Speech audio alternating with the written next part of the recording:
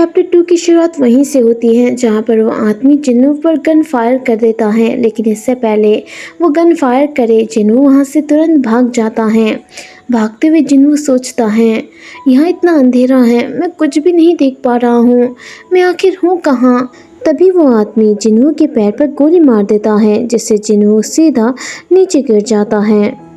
जिन्नू बहुत ही ज़्यादा घबराया हुआ और डरा हुआ होता है। वो आदमी धीरे धीरे जिन्नू की ओर बढ़ रहा होता है, जिसके चलने की आहट सुनकर जिन्नू और भी ज़्यादा डर जाता है।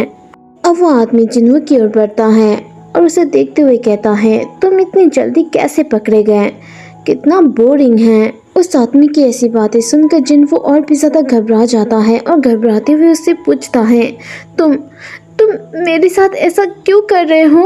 वो आदमी अपनी गन को नीचे रखते हुए जिन्नू से कहता है, मैं किसी को भी ऐसे जाने नहीं दे सकता जो मेरे सामान को बिना मेरे परमिशन के हाथ लगाए, क्योंकि मुझे बहुत ही ज़्यादा घिनौना लगता है।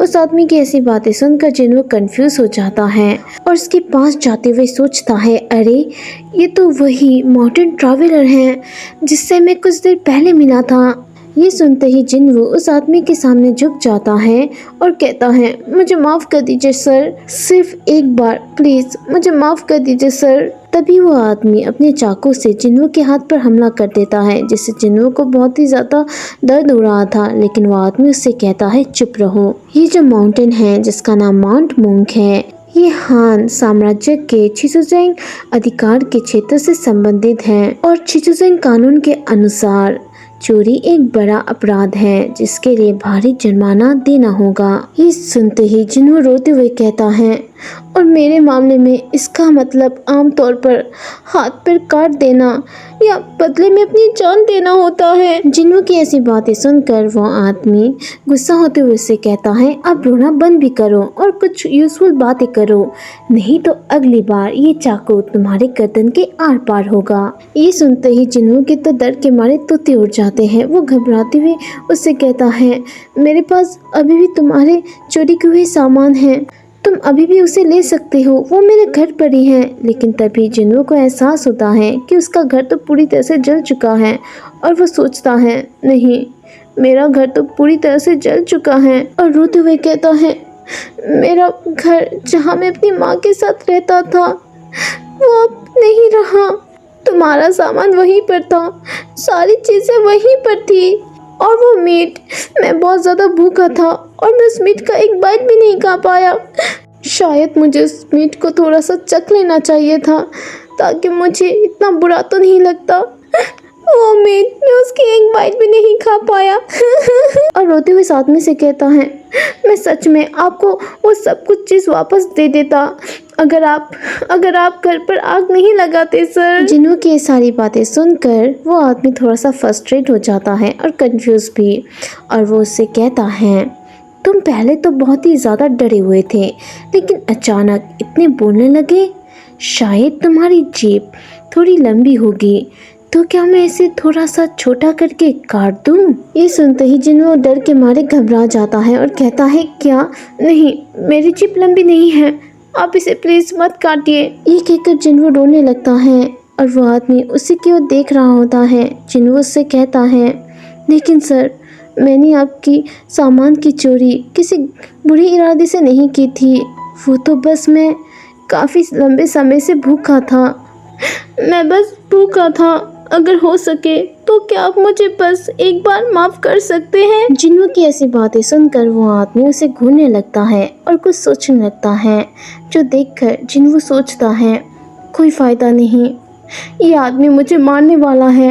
ये सोचते ही जिन्नू उस आदमी से कहता है, सर, क्या आप मुझे सिर्फ एक बार मरने से पहले मेरी माँ की ग्रिप में जाने देंगे, ताकि मैं मरने से पहले सिर्फ एक बार, आखिरी बार उन्हें गुड बाय कह सकूं। तभी वो आदमी कहता है, मैंने कब कहा कि मैं तुम्हें मारने वाला हूँ। ये सुनते ही जिन्नू शॉक्ड हो जाता है। वो आदमी उससे कहता है, मुझे याद नहीं कि मैंने तुमसे कब कहा कि मैं तुम्हें मारने वाला हूँ, तुमने जो सामान चुराया है वो मुझे वापस कर दो। ये सुनकर जिन्नू हैरान हो जाता है और उससे कहता है, तुम्हें लौटा दूँ?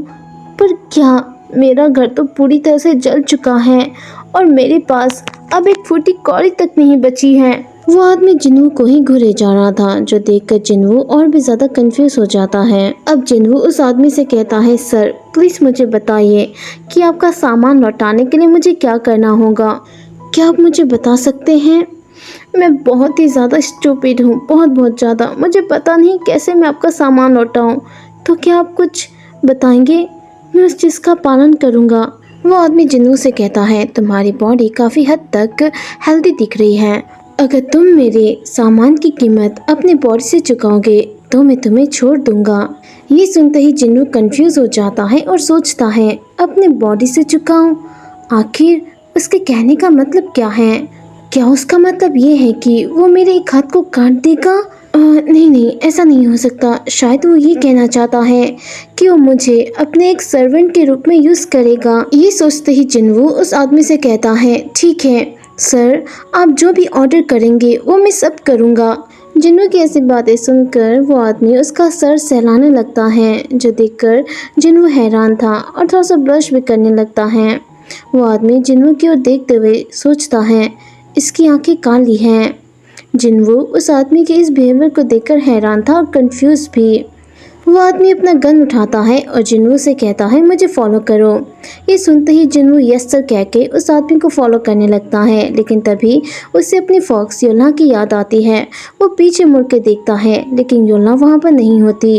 ये देखकर वो दुखी हो जाता है और उसे योला की फिक्र होने लगती है। इसके बाद वो दोनों वहाँ से चले जाते हैं और इसी के साथ चैप्टर 2 का भी एंड हो जाता है। तो एक ऑनगोइंग मनवा है जिसका चैप्टर 3 अभी तक रिलीज नहीं हुआ है। जैसे ही वो रिलीज हो जाएगा मैं उसे भी एक्सप्लेन कर दूंगी। तब तक के लिए टाटा बाय बाय।